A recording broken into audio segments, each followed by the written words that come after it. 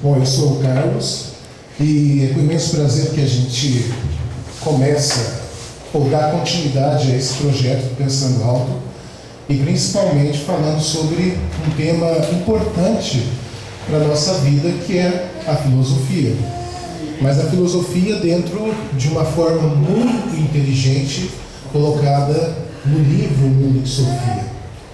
É importante entender que o livro, ele não é um livro didático, mas ele é um livro que você começa a ler e você não deixa de começar a escrever, a anotar, a pensar, porque ele instiga você, diante da leitura, a fazer os próprios questionamentos que a Sofia faz, que é a personagem principal. Então, antes de propriamente iniciarmos a ideia do autor, eu gostaria então de me apresentar. Eu sou o Carlos, eu sou professor, sou formado em filosofia e teologia e trabalho com filosofia desde o ensino fundamental 2 e vou até a faculdade trabalhando em filosofia. Eu acho que dentro da cidade, hoje, atualmente, se não me falha a memória, com alguns que vêm e talvez não, formados na área, somos em torno de 3 ou 4. Os demais são professores de história, de geografia, que trabalham porque há uma falta de profissionais na área, e filosofia, é lógico que há muito mais uma escassez. Muito bem, o tema filosofia, como eu estava dizendo no início, é um tema que traz às vezes um incômodo para nós, porque nós somos acostumados a não normalmente pensarmos, questionarmos, fazermos reflexões sobre a nossa vida.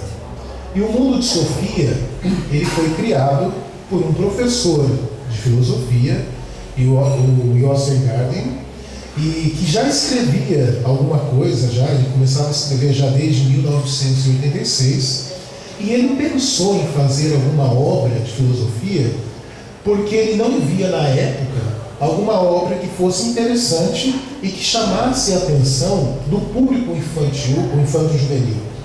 E não só ele fez para os alunos dele, da cidade, mas também ganhou os adultos. Então, quando ele fica conhecido por essa obra, pelo Mundo de Sofia.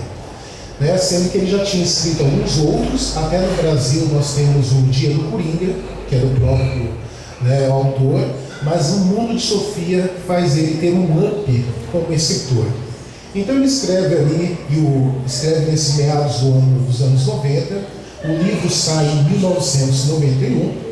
No Brasil ele vem com a Companhia das Letras, um dos primeiros livros é aquele livro com pano de fundo azul, tem um óculos, alguma coisa assim. E ele, só no Brasil até hoje, ele já vendeu mais de 1 milhão de exemplares. E hoje ele está na 32ª reimpressão. É um livro que já foi traduzido para mais de 60 países, e só na Alemanha, quando ele foi lançado, até hoje, já tem mais de 3, chegando a quase 4 milhões de livros vendidos. O Jossen é um professor norueguês, então o livro começa a ter um crescimento significativo na Noruega, e é lógico que a personagem principal do livro, a Sofia, também vive na Noruega e também vive nos meados dos anos 90. Então, muita coisa que a gente vai ver no livro remete a esse período. Não é à toa que em alguma passagem do livro a gente vê a fita VHS, que a Sofia vai receber e tudo mais. Então, o livro aí toma uma proporção significativa e, obviamente, ele recebeu algumas críticas de alguns filósofos, de alguns escritores, porque diziam que o livro era muito superficial, era uma filosofia muito simplória. Mas é lógico que se você está conversando de um tema complexo para crianças, para jovens, você tem de usar uma pedagogia adequada. Muito bem, então o Mundo de Sofia, como já tinha dito, a personagem principal é a Sofia, uma pacata jovem de 14 anos, que dá prestes para comemorar os seus 15 anos, e que vive também numa cidade pacata do interior da Noruega. O início do livro vai trazer a vida simples da Sofia, aonde ela divide na sua casa, com a sua mãe, os seus peixinhos, o seu cãozinho, o seu gato, enfim, né? Vai para a escola, conversa com a sua amiga, retorna para casa e assim por diante. Uma vida simples, que mostra, já desde o início, que os jovens do mundo todo são iguais, que não há diferença, né? E então a vida é ela, o pai e a mãe. O pai não aparece no livro, mas o pai a gente fica sabendo que ele é um capitão de um petroleiro que passa muita boa parte do ano viajando. Então quando ele retorna, ele passa no máximo uns 30 dias ali com a mãe, com a filha e tudo mais, mas ele fica a maior parte do tempo longe. Então a história resume entre Sofia e a sua mãe. Logo no início a gente vai ter a Sofia voltando da escola, e como é normal ter aquelas caixinhas de correio bem na frente assim das casas, a Sofia abre a caixinha de correio para ver se tem uma carta. E ela vê que tem uma correspondência direcionada a ela.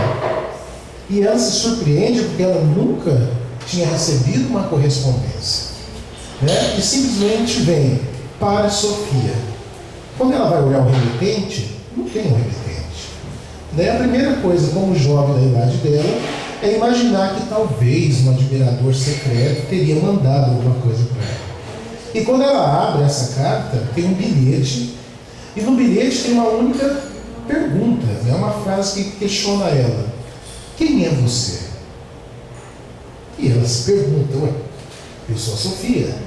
E automaticamente a inteligência do autor é que quando o personagem lê, não só ela se questiona, mas quem está lendo também se questiona: quem sou eu? E depois ela vai, gradativamente, ao passar dos dias, recebendo outras cartas com outras perguntas enigmáticas. De onde vem o mundo? Né?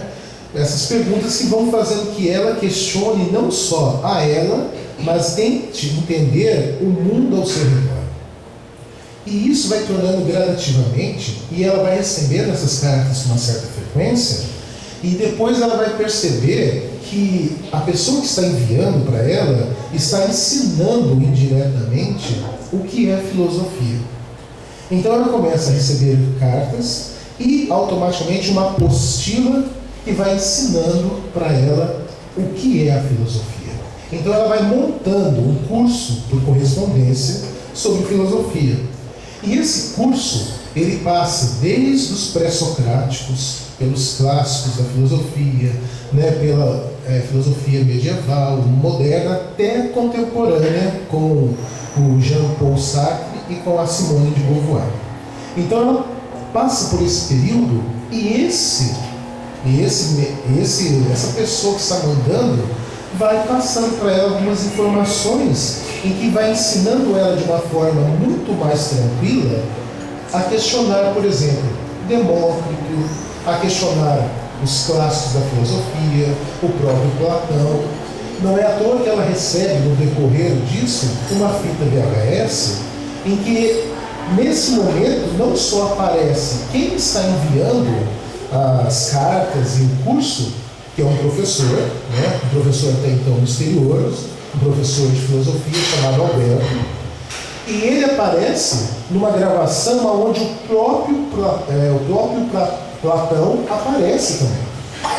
Mas só que chama a atenção da Sofia não é só a imagem, mas a fita remonta como se realmente eles estivessem na Grécia Antiga. E Platão, ele é entrevistado, ele é questionado. E a Sofia fica perguntando: como que pode? Ela não pensa de repente assim: nossa, mas como que eles conseguiram fazer essa gravação, os efeitos? Então é uma coisa que faz ela pensar: seria possível voltar no tempo e ter esse encontro com esses filósofos? E a partir de então, o professor, se apresentando pela fita, ele se aproxima da Sofia. Então a Sofia começa a ter aulas, até mesmo presenciais com ele, e ela começa a questionar. Em alguns momentos ele até não responde às perguntas da Sofia, mas ela começa a perguntar. Só que paralelamente, a essas cartas, a esses cartões, ao curso, ela começa a receber os postais do Líbano, de um tal major lá que está com as forças da ONU em missão de paz. E esse major, a Sofia nunca ouviu falar, um tal de Albert, que está mandando esses postais para uma tal de Hilde, que a Sofia também não conhece. Mas que a Sofia vai ser a responsável de levar esses postais até a Hilde, porque vem os cuidados de Sofia para Hilde. E ela fica, ué, mas quem é essa Hilde? E ela fica questionando, e esses postais começam a chegar com uma certa frequência.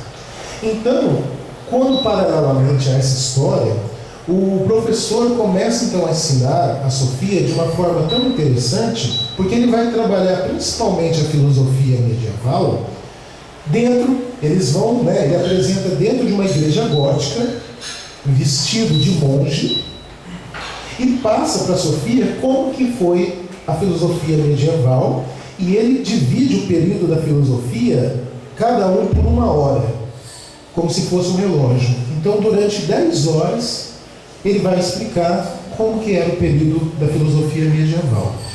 E não é à toa que isso vai tomando uma proporção tão grande, que vai chegar num determinado momento que tanto o professor quanto a Sofia percebem que esse major que está enviando os postais conhece demais a Sofia. Porque muita coisa que ele fala, escreve nos postais, ele escreve dizendo aquilo como se ele conhecesse a Sofia de muito tempo. Então o professor, sabendo disso, junto com a Sofia, eles tentam buscar entender quem seria esse tal major.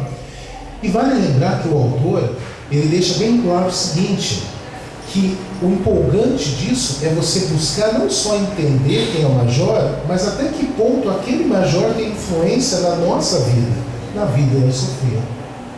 Então ela fica nessa dualidade de tanto aprender filosofia, mas buscando saber quem é.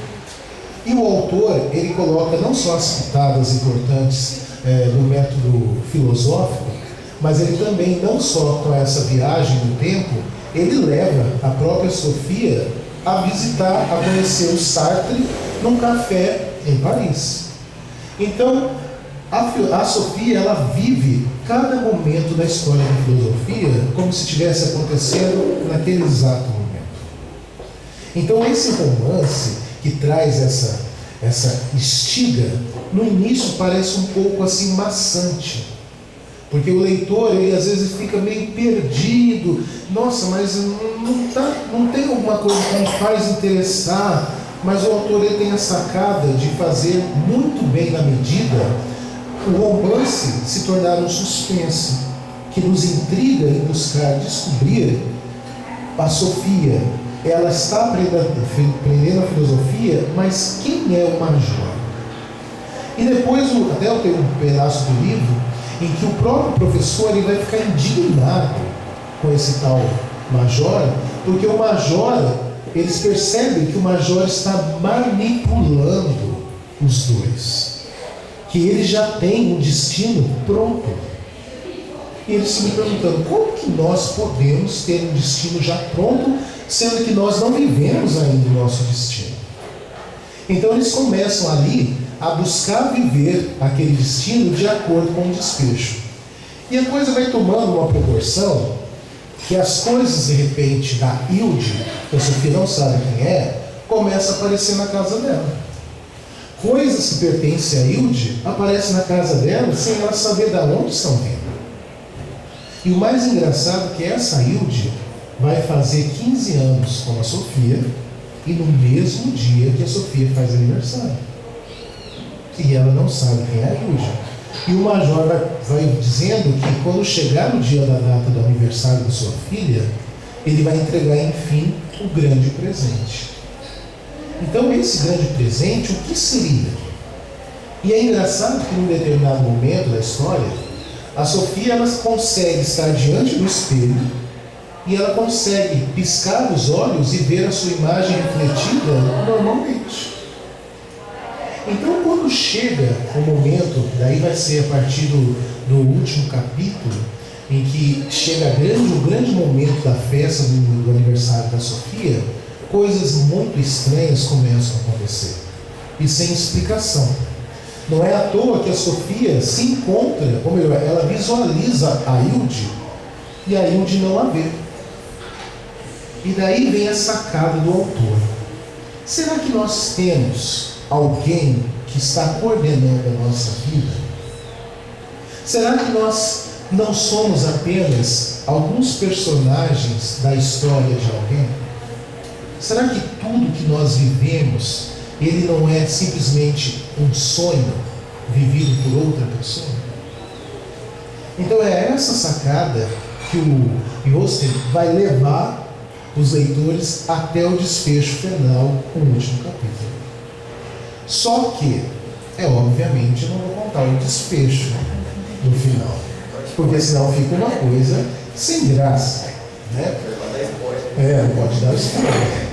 Mas o interessante é isso, que além de a gente está conhecendo, entendendo muito claramente os conceitos filosóficos, porque a filosofia para nós adultos já é difícil. Imagina para um jovem, ainda mais de 14 anos.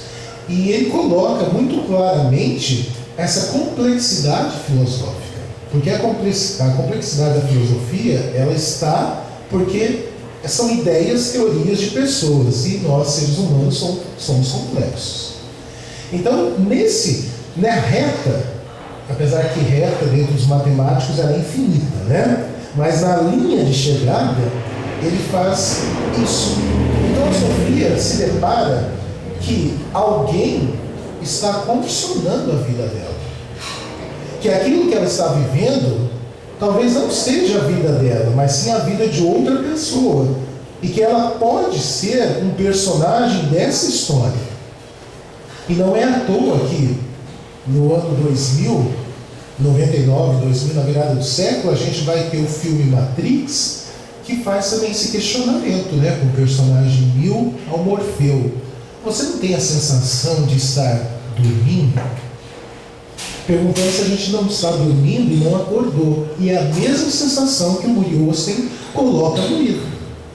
Então, quando a Sofia e o professor chegam à conclusão e eles descobrem o que está acontecendo, a gente fica com aquela sede assim, não, mas eu queria uma coisa muito mais racional. Mas essa coisa, esse fato em si, ele é racional para alguns. Para outros, talvez nem tantos, porque a gente bebe de uma racionalidade desde o iluminismo, mas que deixa a gente com um gostinho de querer mais. Então, a ideia do livro, O Mundo de Sofia, é fazer a gente viajar com a Sofia e no final responder as questões igual a ela buscava. Então não é só tentar entender o que a Sofia queria saber, mas o que nós entendemos sobre a busca pelo conhecimento. Então vai ter algum capítulo que o próprio autor vai colocar assim, a Sofia, no capítulo tal do curso de filosofia, precisou lê-lo 3 vezes. E às vezes a gente tem que parar assim, será que eu entendi até agora? Será que também eu não tenho de ler de novo esse capítulo? Então se a gente segue essas indicações que o autor vai colocando, a gente vai percebendo que ele também está nos conduzindo, que ele também se torna alguém que está conduzindo a gente de acordo com a Sofia. Então quando nós nos deparamos com o final, a gente sente assim um pouco, às vezes, achava que era diferente porque eu me torno a própria Sofia. Então ele nos abraça de tal forma que nós sentimos como que se o livro fosse a nossa história de vida. Então o Josten, ele é um cara que, como professor, não fez pedagogia, né? Ele também é formado em filosofia, teologia e literatura, mas que teve essa necessidade de criar algo de uma forma mais clara e objetiva. E vale lembrar o seguinte, que hoje em dia, já passado algumas décadas do lançamento do livro, nós ainda, principalmente no Brasil, nós não temos uma forma tão pedagógica, tão inteligente de trabalhar a filosofia. A gente tem livros muito bons, pedagógicos, mas de uma forma que envolva o público infanto-juvenil, nós não temos.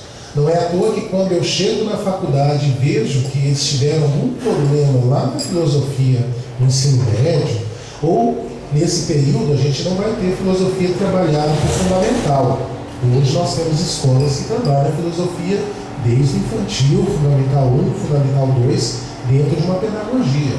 Mas quando eu vejo que eles não receberam, a gente tenta fazer que eles comecem a ler o Mundo de Sofia, comecem a ler alguns livros que vão dar norte para que eles se tornem pessoas mais, não só críticas, mas que reconheçam o papel dele na sociedade. E é isso que a Sofia ela consegue perceber. Que ela reconhece a importância dela para o mundo. Por que ela está no mundo? Então é a busca dela vai fazer ela também se encontrar nesse contexto. E é a mesma coisa que muitas vezes a gente pergunta: por que será que eu estou aqui nesse exato momento? O que esperam de mim? Então a gente logo vai a gente sente assim confortável com as reflexões da Sofia, porque são as mesmas reflexões que nós fazemos. Fazemos ontem, fazemos hoje e vamos continuar fazendo. E cada um encontrando a sua verdade.